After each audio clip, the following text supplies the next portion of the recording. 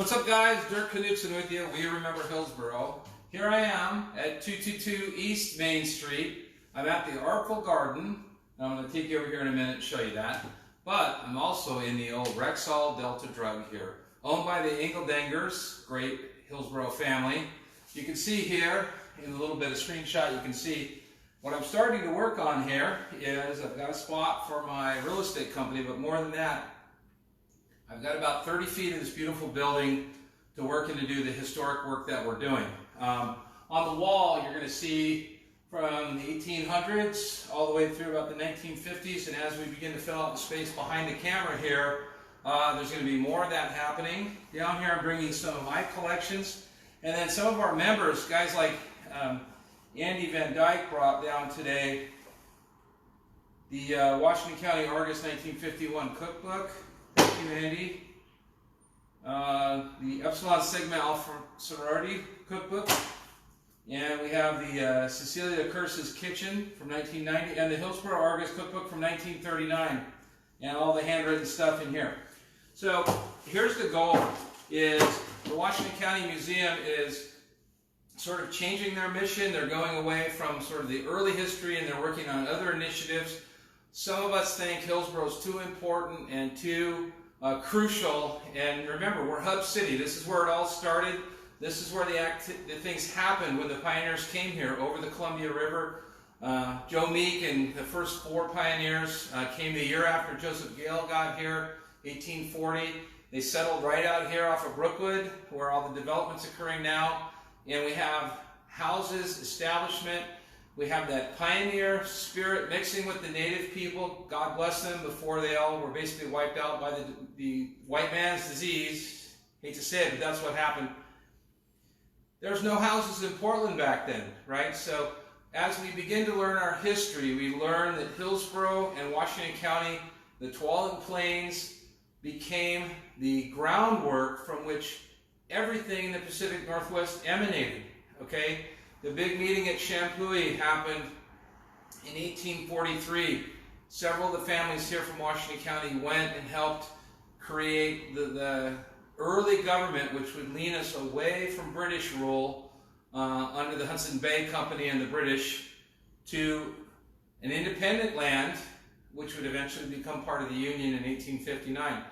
But be very proud of our history, be very proud of Hillsboro, and no matter how long you've spent here in the city, I want you to know we need you. Our city is rooted in its history. It's rooted in our agrarian history, in our native history, in our pioneer people, and then into the early 1900s. The Hillsboro way has been a way of we get things done. We take care of each other. We don't sit on our hands and do nothing when something must be done. So, as we built We Remember Hillsboro together, and thanks for all of you that have joined,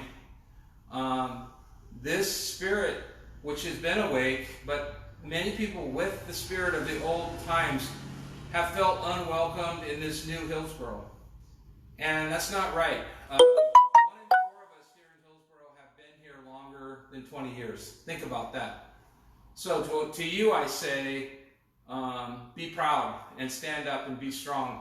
To you, your children, all of your relatives, to all of you octogenarians and you 70 plus, 80 plus, 90s, and God bless anybody who's over 100 that remembers what Hillsboro was like. This is why we're doing the work we're doing. Collecting things like these cookbooks, collecting photographs like these from the 1930s and 40s and from the water tower here. I'm going to go grab the camera now, so I'm going to do a little walk around here and tell you what I'm doing. But in my space, I'm paying for the space. This is a start of something. I don't know where it's headed, but my goal is for Hillsboro to have a place for all of us to gather and come and read documents, to spend time doing oral histories and talking. We have some history talks that will be coming up in this space soon enough, and you're all invited. We have to balance social distancing right now. I understand that, but the day will come when this whole space can fill with hundreds of us or 100 of us. I only have limited financial resources. I have been spending those to help people here in the community.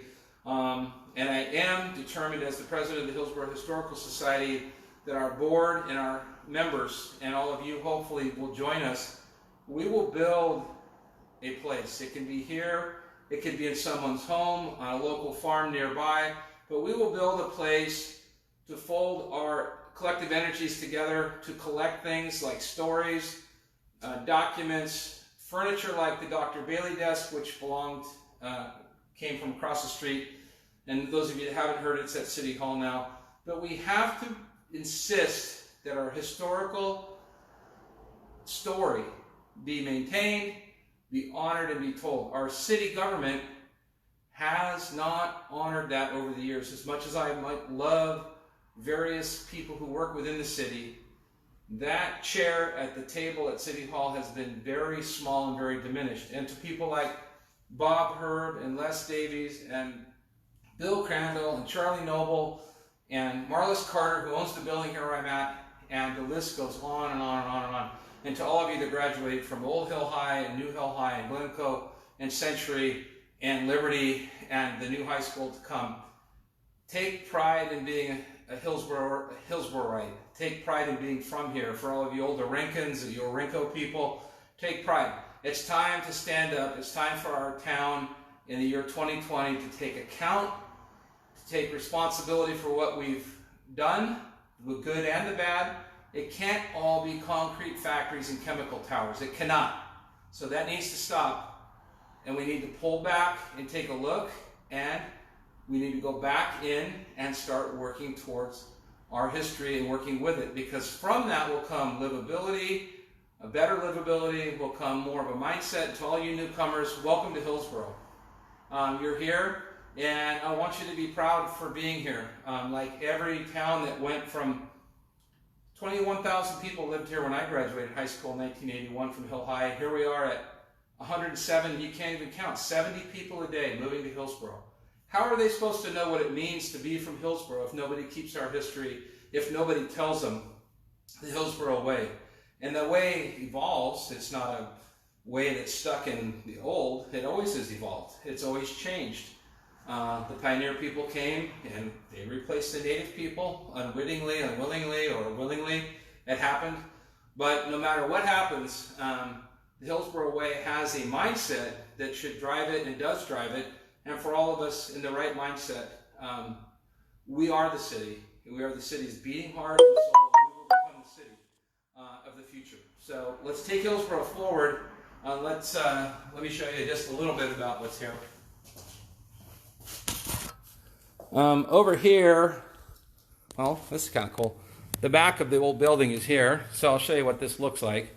This building dates back to 1926. I might have that wrong by a few years. Others say 1940.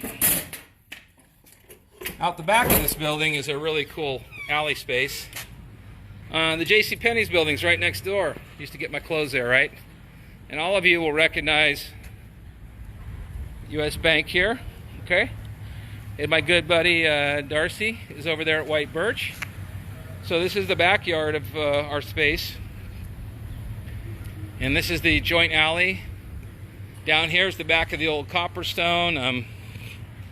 Here is the old Penny's here. And back in here is the new hair salon owned by Glencoe grad Jan Hamill. So anyway, this is our little space. I'm very honored to be here. We'll have events back here even, believe it or not. And here you get to see a little of the back of old Hillsboro. There's the top of the old JCPenney's building. Most of these buildings burned during the 1800s and 1900s, so what's left is, let's shut that door for the 4th of July weekend. So what's left back there is mostly concrete buildings. Here is sort of some wall space where we're displaying some photos. Here's the space I was just speaking to you from. So what I'm looking for, guys, is some of you to get behind this effort. The building goes all the way out to the front here. I have access to all of this space. So how much can we really do with the historical space? It's all about budget, right? So we'd like to do a Friday or Saturday night history talk from here. From about here forward is our space. I'm looking for some people to chip in $10 or $20 a month. I'll be putting a post about that at We Remember Hillsboro. But there'll be a library in here. You're certainly going to be welcome to come in. And of course, across the counter here is what's left of the candy basket. And by God, they still have amazing candies here. So they're open using half the space here at the Artful Garden and Company. And then those of us, there's 2 other tenants in here with me. The cool thing is we are at ground zero. Walk out the front door. Boom, there's the Venetian. Here's the old Penny's building, a Lay Stuff Antique Mall, Thai House. Just a lot of great energy, even during COVID-19 happening down here. A lot of great changes down here. So anytime you're here and you want to come see me, come to downtown Hillsboro, 222 East Main. I'm getting ready to go to Friday Night Bites, which is an event that's happening down here. But I'll be posting here shortly. I know you're all getting ready for the 4th, so I'll leave this in simulcast. These are some photographs I've been taking up. But look at this, guys. Let's go back in time a little bit. Thanks to Diane at Arcade Book Exchange. What are we looking at here? July 5th, 1954, Hillsboro, Oregon. And here is the paper covering, yes, you said it, the Hillsboro Happy Days Parade. Here is an article on the expansion of the Forest Hills Golf Course. And a lot of you have family that have been featured in here. And in 1954, the petite Anita Mori reigns over Happy Days with large crowds turning out for the colorful parade. Excuse me. There's Anita Mori. What a beauty. Petite or not, she was beautiful. She was goddess in the center. There with her are Rajeen Witcher from Aloha, Barbara Rulin from Midway, out in Shoals, Shirley Britton from Gaston, Diane Eastman from Forest Grove, Sharon McGrath from Hillsboro, Billy Folk from Orinco, yay Orinco, Sandra Carls from Beaverton, and Tony Martinozzi from Tuolin. Look at that Martinozzi name, huh? I know the Martinozzis. I know a lot of these people. So the Happy Days Parade was so big, and the court actually included people from all over Washington County. How great is that?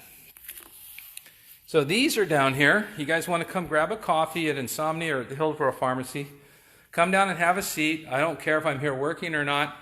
There's people here that will invite you in. And then I'm paying to have these fantastic prints loaded up. Look at that horse fair, circa 1909.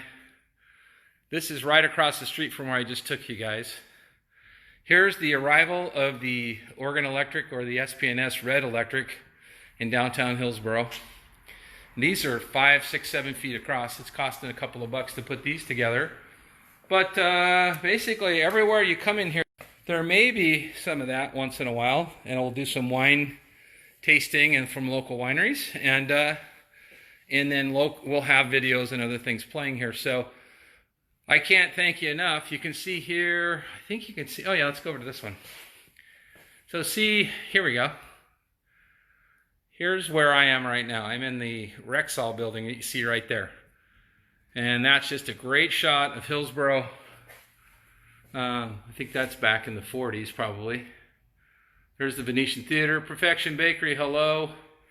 And what a cool shot this is. This takes us way back into the late 1800s, early 1900s. This was shot, this is the Washington County Courthouse before it was remodeled. The bandstand, which not any of us have ever seen. However, this building is still here where Manaya's is, the Morgan and Bailey building, and the Schumerick building's here. But look, I'm looking south from the water tower. I'm 50 feet up in a water tower here, if I was the photographer. And looking towards Shoals and Newburgh. And what do we see here? A lake.